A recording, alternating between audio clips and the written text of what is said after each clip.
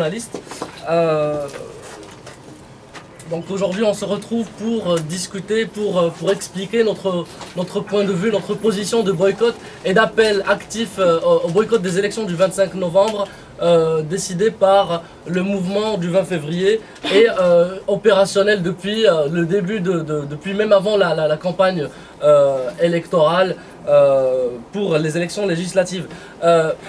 D'abord, ce processus par lequel le Maroc veut se refaire une nouvelle image, a commencé par ce discours du 9 mars, qui est intervenu 20 jours après le début des protestations au Maroc. Et donc c'était, disons, comme une réponse à une certaine pression de la rue qui n'a pas tardé. Bien évidemment, le discours en soi était flou et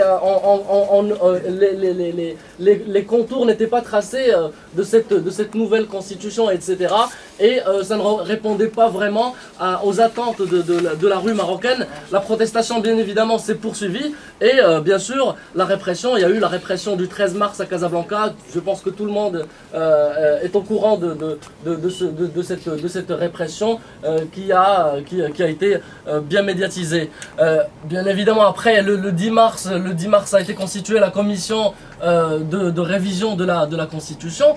Cette commission a été désignée selon des critères qu'on ne sait pas et qu'on ne sait pas encore. Beaucoup d'éminents constitutionnalistes au Maroc y ont été exclus juste parce qu'ils ont une position assez critique par rapport à la Constitution. Et bien sûr, la campagne du référendum, on a tous vu comment s'est déroulée cette campagne. D'abord, la campagne s'est faite dans la précipitation. Il n'y a pas eu de débat, absolument pas. Et beaucoup de partis ont été exclus de l'expression, de leur liberté d'expression. L'instrumentalisation du chant religieux, donc même dans les mosquées ou dans les zaouïas, on parle d'un oui pour la Constitution, et en fait la Constitution est devenue un plébiscite royal. On ne votait pas pour un document, mais on votait pour une personne, c'est-à-dire pour un roi. Bien évidemment, on a gagné la sympathie populaire grâce à l'arnaque dans la campagne électorale. À côté de tout cela, toutes les voix récalcitrantes ont été se sont heurtées au Baltagia. C'est une sorte de brigade fasciste qui ne viennent avec aucune idée en tête et qui viennent avec des cailloux et des armes blanches pour s'attaquer aux membres du mouvement et qui manifestent et qui viennent casser les manifestations du mouvement dans toutes les villes et villages du pays. Bien sûr, ça a fait des victimes. Et aussi la guerre médiatique, des manifestations de plus de 100 000 personnes qui ne passent pas à la télé publique marocaine, c'est quand même quelque chose d'extraordinaire. La télé où les médias publics ne couvrent pas les élections. Et on se rappelle, par exemple, aujourd'hui on est à la dernière ligne droite avant les élections du 25 novembre. Les manifestations de dimanche dernier n'ont pas fait surface sur les unes de journaux comme d'habitude, parce que ces manifestations appellent au boycott, ou cette dépêche de la MAP, l'agence officielle, qui dit que la campagne, ils ne citent le boycott aucune fois, et ils disent que ces manifestations du dimanche sont dans le cadre de la campagne électorale. Donc ce sont des exemples du traitement médiatique réservé au mouvement du 20 février et ses revendications. Et bien évidemment ces chiffres de l'ère Hassan II, il n'y a pas eu de rupture, on n'a pas eu accès à des élections ou à un référendum transparent, et les chiffres qui ont résulté du référendum ressemblent beaucoup au traficotage de l'ère de Hassan II et de Driss Bosri.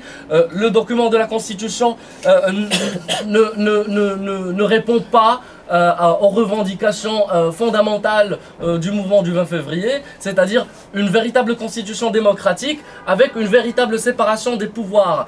On a une monarchie omniprésente, un roi omniprésent. Le roi, selon la constitution de 2011, reste le premier flic, le premier imam, celui qui décide pour la politique intérieure, la politique extérieure, les orientations économiques, à travers justement ces discours royaux à l'ouverture du Parlement, discours qui sont toujours indiscutables, mais également à travers la signature de Daïr, qui sont une sorte de document qui a valeur de loi. Il y a aussi la responsabilité qui n'est pas liée au principe de reddition des comptes. Quand on a un roi omniprésent qui a toutes les décisions en main et qu'on ne peut pas saisir pour l'interroger sur ses actes, on n'appelle pas ça une démocratie, et la constitution de 2011 confirme cet état de fait. Et bien sûr une monarchie omniprésente comme on l'a dit. Deuxième raison de ce boycott, les symboles de la corruption et ceux des années de plomb persistent et continuent d'être au sommet du pouvoir au Maroc. Comment veut-on être en transition démocratique, aboutir à une démocratie, tout en conservant les gens qui représentent le Maroc noir, les années noires du Maroc, qui sont toujours au pouvoir. Bien évidemment, il y a aussi une jeune génération qu'on a décriée dans les manifestations du 20 février, Mohamed Mounir Majidi, qui est le secrétaire particulier du roi et qui s'occupe de tout le volet économique du pays. Bien évidemment, c'est lui qui supervise la holding ONA SNI, qui à elle seule rassemble 60% de la capitalisation boursière à la bourse de Casablanca, et qui se retire de la bourse de Casablanca pour avoir moins d'obligations d'information pour agir sur d'autres filières économiques. Mohamed Mounir Majidi opère il pratique la prédation dans le monde des affaires. Beaucoup d'investisseurs ont subi le chantage de la part des équipes de Mohamed Mounir Majidi. Les exemples ne manquent pas, surtout des investisseurs étrangers, etc. Des OP ont été lancés sur plein d'affaires, etc. Et puis surtout la spécialité de Mohamed Mounir Majidi, c'est l'étouffement des affaires de presse. Le journal hebdomadaire, Nishan, etc.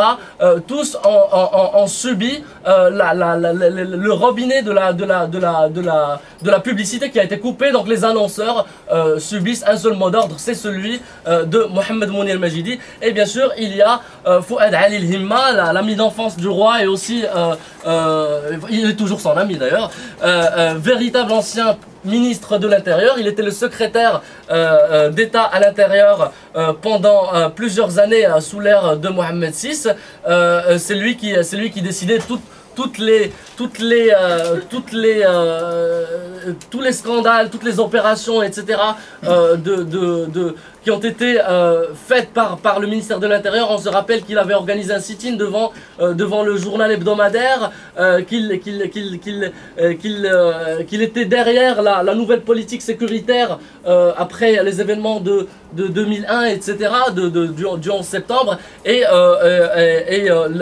c'est lui qui désigne qui nomme les responsables sécuritaires. Et bien évidemment, depuis 2007, il a décidé de se convertir en politique, et il a créé un parti cocotte minute qui s'appelle le parti Authenticité et Modernité, qui est devenu le premier parti, comme par magie, devenu le premier parti du pays.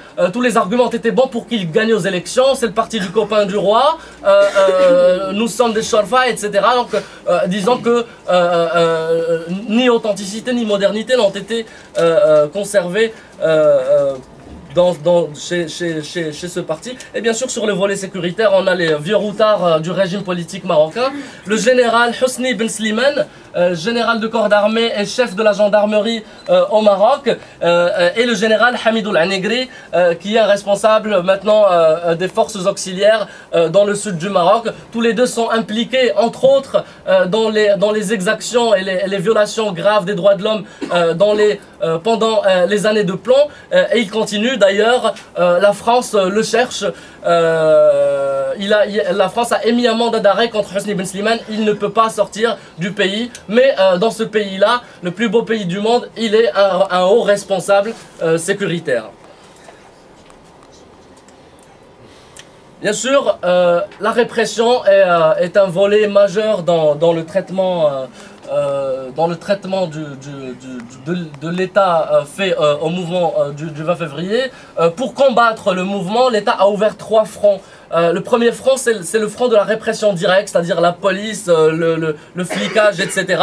Depuis le début des protestations du 20 février, le 20 février 2011, on a enregistré 8 martyrs assassinés par l'État marocain et par les forces de répression de l'État marocain. Le dernier, Kamel Hassani, a été tué par les Baltajia. Donc le dernier a été tué par les Baltajia. L'avant-dernier, Mohamed Boudroua, a été tout simplement jeté par un agent de la police du haut d'un immeuble, d'un bâtiment qui s'appelle Mohamed Boudroua. C'est un militant des chômeurs. Et les autres cas se ressemblent. On a 18 personnes en prison jusque-là. Des personnes qui ont écopé de peines de prison ferme de 5 mois à 3 ans de prison. Et bien sûr, depuis le début des protestations, 200 cas d'harcèlement, d'interpellation, d'attaques physiques, d'entrée par effraction dans les maisons et dans les locaux d'organisation soutenant le mouvement du 20 février ont été enregistrés. Et rien que c'est sur des 2 dernières semaines, et jusque-là, le chiffre peut s'élever encore, on a enregistré 100 cas d'attaques physiques et d'arrestation ou d'interpellation, puis relax après interrogatoire lors de la campagne du boycott des élections. Bien sûr, la torture persiste dans les centres de police au Maroc. À Safi, par exemple, un militant qui s'appelle Abdeljalil Agadil, qui est toujours en prison, a été arrêté et il a été suspendu pendant 2 jours dans le centre de police. On l'a roué de coups sur toutes les parties de son corps et il est toujours en prison. À cause du boycott des élections, bien sûr, on lui a collé d'autres motifs pour garnir son dossier afin de le présenter le 8 décembre prochain devant le juge. Et on a un artiste en prison, bien sûr il n'est pas parti, on l'accuse pas d'avoir chanté des chansons, on l'accuse d'avoir frappé quelqu'un, etc. Ce sont des procès fabriqués de toutes pièces. Bien évidemment, on sait tous que le chanteur dérange et conclusion, en 2011 au Maroc, on arrête toujours des journalistes et des artistes pour leur point de vue ou leurs opinions. L'instrumentalisation des médias, donc comme on l'a raconté, les médias publics usent de plusieurs manières pour contribuer au combat du mouvement du 20 février, contribuer au combat contre le mouvement du 20 février. Le plus simple serait l'ignorance. On ignore, ça n'existe pas le mouvement du 20 février.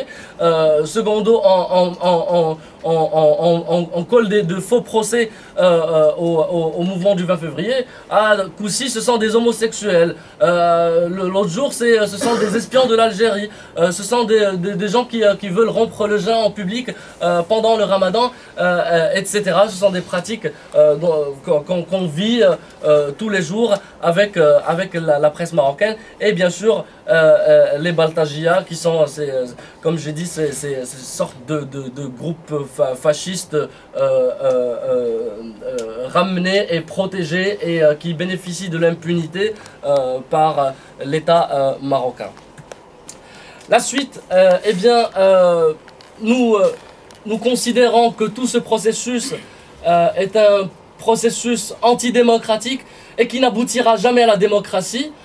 Quelle que soit la durée de cette transition, pseudo-transition démocratique, nous considérons que notre seule issue au Maroc, c'est que le rapport de force soit du côté du peuple, que nous militions et qu'on continue à militer, à protester et à gagner la rue marocaine et à gagner la sympathie de plus en plus de catégories et de franges du peuple marocain afin que notre lutte soit plus signifiante, soit plus pesante, etc. Et à ce titre, nous avons choisi de lancer un appel qu'on a appelé l'appel du 23 novembre. C'est un appel à toutes les personnes, les individus, les groupes, les partis politiques, les syndicats, etc. pour leur dire que le processus de la Constitution et des élections et du prochain gouvernement, ce n'est pas ce qu'il nous faut au Maroc. Ce qu'il nous faut, c'est une véritable démocratie au minimum ce qu'il y a dans les revendications du mouvement du 20 février, qui sont des revendications légitimes pour plus de démocratie, pour une démocratie réelle et pour réaliser la dignité et la liberté et l'égalité entre tous les citoyens et citoyennes. Je vais vous lire l'appel du 23 novembre.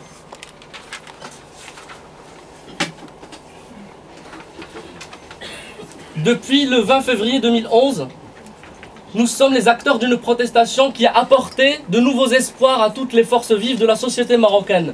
Longtemps négligé, délaissé, le peuple marocain, à l'instar des autres peuples du monde, s'est réveillé et s'est débarrassé de sa peur. Désormais, il parle de dignité, réclame sa liberté, la fin du despotisme et la gestion mafieuse de son quotidien.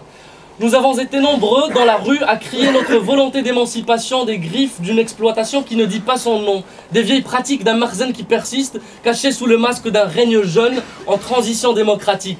Nos revendications légitimes d'une réelle démocratie, de la fin du despotisme, de la fin de l'impunité, d'une liberté véritable et de l'égalité entre les citoyennes et citoyens se sont heurtées à un mur de fer.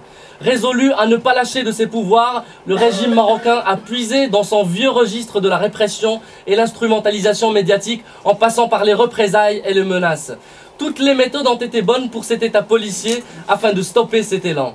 Parallèlement à cette oppression qui persiste, le régime est en train de continuer à faire l'éloge d'un processus de démocratisation avec une constitution nouvelle votée le 1er juillet 2011 et par des élections anticipées qui se déroulent ce 25 novembre. Un processus qui reprend tout l'héritage des années de plomb en matière d'organisation du scrutin, mais également en faisant taire toute personne ou entité refusant de jouer le jeu. Les symboles des années noires de l'histoire du Maroc continuent d'occuper des postes de haute responsabilité et la corruption et les méthodes mafieuses rongent tout le pays, de la petite administration jusqu'au cœur du palais royal. De jour en jour, toute illusion relative à ce changement proposé par le régime politique marocain se dissipe. Les prisons marocaines regorgent de détenus politiques et d'opinion, les menaces à l'encontre des militants reprennent de plus belle et l'étouffement de la presse indépendante est toujours à l'ordre du jour du Marzen. De plus, les mafias économiques continuent de sucer le sang du citoyen marocain dans toute impunité et avec la bénédiction totale du régime. Convaincus que les choses ne peuvent rester ainsi et que seule une force citoyenne consciente de sa puissance et de la légitimité de ses revendications peut mettre fin au despotisme et à la corruption, nous appelons toutes les forces vives de la société marocaine, syndicats, partis politiques, associations, individus, à s'engager dans cette lutte pour notre émancipation à nous toutes et tous et pour un État démocratique qui garantisse les droits et libertés de chacun. Face à l'oppression et la guerre médiatique qui s'abat sur nous, ne restons plus sans voix. Unissons-nous pour ce Maroc meilleur auquel nous aspirons et auquel nous seuls pourrons parvenir.